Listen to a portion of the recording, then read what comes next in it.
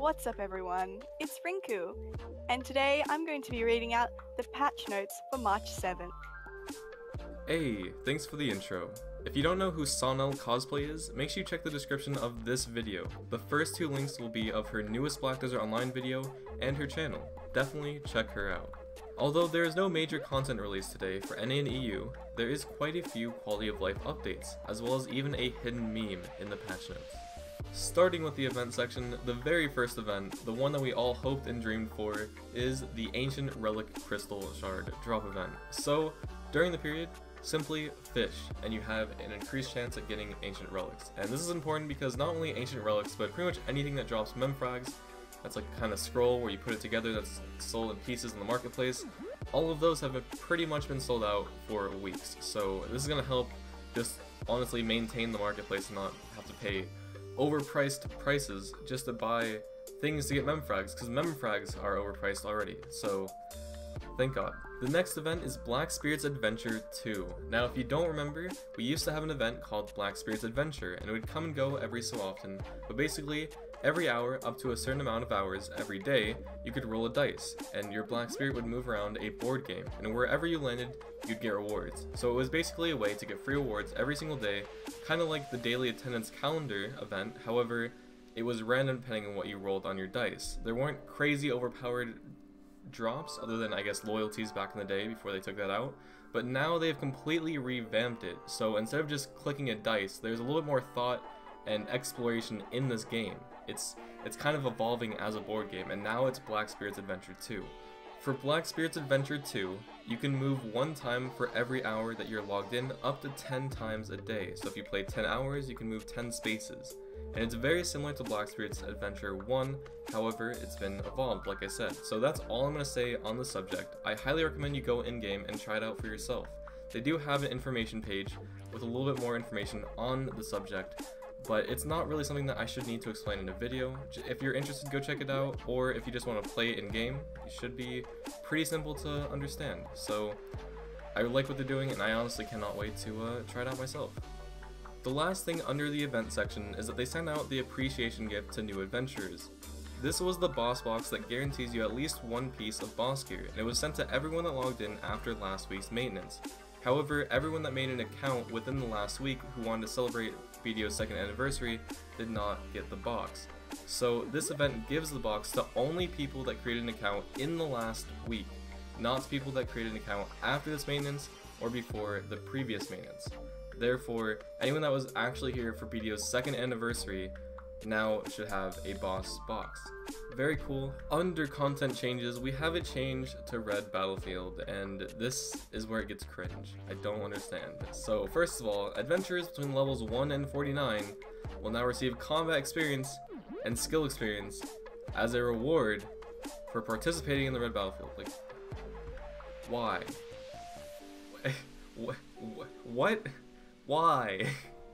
I can't comprehend why they would encourage people that aren't even high enough level to achieve all the skills of the classes they're playing to PvP. It's like, without even awakening, without even passing level 50, you want to encourage PvP to give you combat experience and skill experience? It should be for people level 56 and beyond that get that.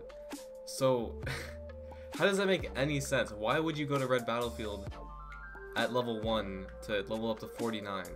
It just, why is that even, I don't know. We'll just pretend like that's not there.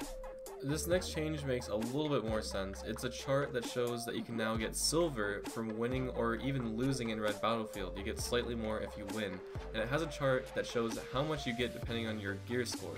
Now, once again, it just is that they're encouraging you to win silver with less, like they even have a bracket for 0 to 50 gear score.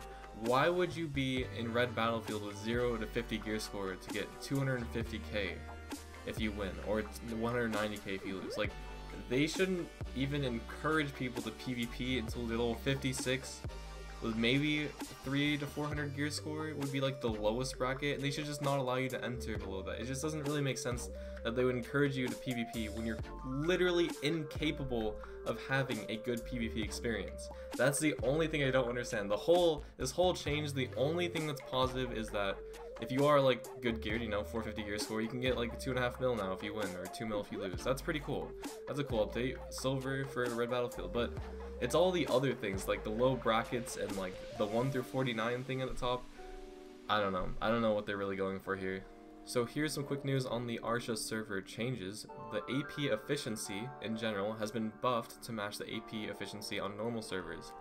It says in general, meaning that not everything specifically is the same, but that's interesting. I'm not sure what AP efficiency in their definition means, but should mean that APs should match up and not be less effective on the Arsha server, I guess, is what it's saying.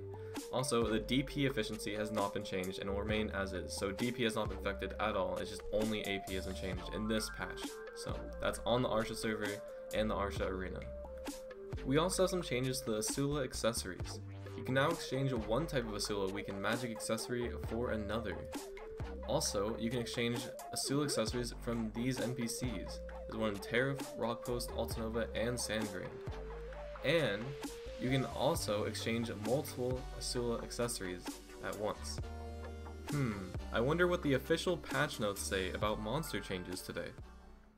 The monsters that took great joy in blocking and attacking characters who were on an auto run from Encardo, Inner Harbor to Shakatu have now been instructed to move to another area. They were not pleased and are currently petitioning the developers to let them return to their former shenanigans. Yeah, so I don't really know why that's under monster changes, but that was an interesting read, so I had to share. Under monster changes, there's actually some other changes that we should look at, like Schultz and Histria. They have significant changes that will change the way you grind there. Schultz have an overall nerfed in all regards. The AP has been reduced, the HP, the DP has been reduced, the combat XP has been reduced, and even the drop rate of items there has been reduced. So it's now for the weaker crowd. Schultz used to be useless because they were so tanky, so maybe that now people can kill them, they might have some use, but I'm not sure if everything else is reduced, like the loot and the combat XP, if it's worth it. So we'll have to find out. Now for Histria, for some reason they keep balancing Histria differently. They buff it, they nerf it, they've done that so many times, I'm not really sure why, but today they've increased the HP, the AP, and DP in Histria by a significant amount. So they're only 3% stronger in AP, however they're quite a bit tankier with 7% more DP and 15% more HP. So it's just a stronger place to grind. The last 3 changes I want to look at that are actually pretty awesome are under interface changes. So first of all, we finally got the My Information page redesign like Korea has had for quite a while. So if you push P in-game, you'll see everything that's changed. I don't think I really need to go over it, but overall it's a very nice layout, good design. There's some things like, why did they just move things over here and blah blah, but overall as a total like change, pretty good in my eyes. Next up, notifications and pre-orders have been added for items that are currently not registered on the marketplace. This is a very interesting change. Before, if you wanted to check on the marketplace of an item that has never been sold before, it actually would not appear on the marketplace. It would have no information that that item ever existed or is in the game currently unless someone has already sold it. However, I'm assuming this changes that and puts everything in the game that is able to be sold in the marketplace. So if it exists and is able to be sold, you can search it up even if no one has obtained or sold one, which is a very interesting change. My question is, when they release new content such as new accessories or weapons or armor, will they release all the information of all the enhancement levels and all their stats by showing them in the marketplace on release day? That's questionable, but seemingly so if that's what this change actually does.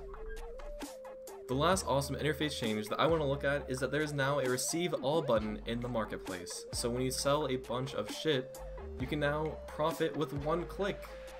It's so fucking nice. Alright, now let's look at the cash shop.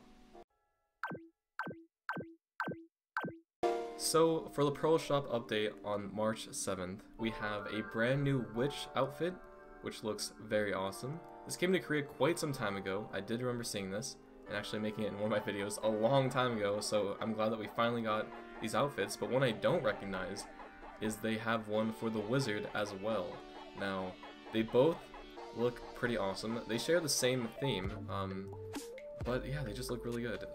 Oh, that's why I remember this outfit. This outfit has the coolest witch awakening weapon I have ever seen. So that's kind of why. The wizard doesn't have any awakening weapon for the outfit. It's just the set, but the witch, she packs some heat. So let me know which outfit you guys like more. Do you like this one? Do you like this one? Or maybe you prefer to look at these. I don't know, I'll let you guys decide. Thank you guys so much for watching. I hope you guys enjoyed the video. I love you, and I'll see you guys next time. Oh, yes, I did it! Rinku, let's go! Let's go! I did it!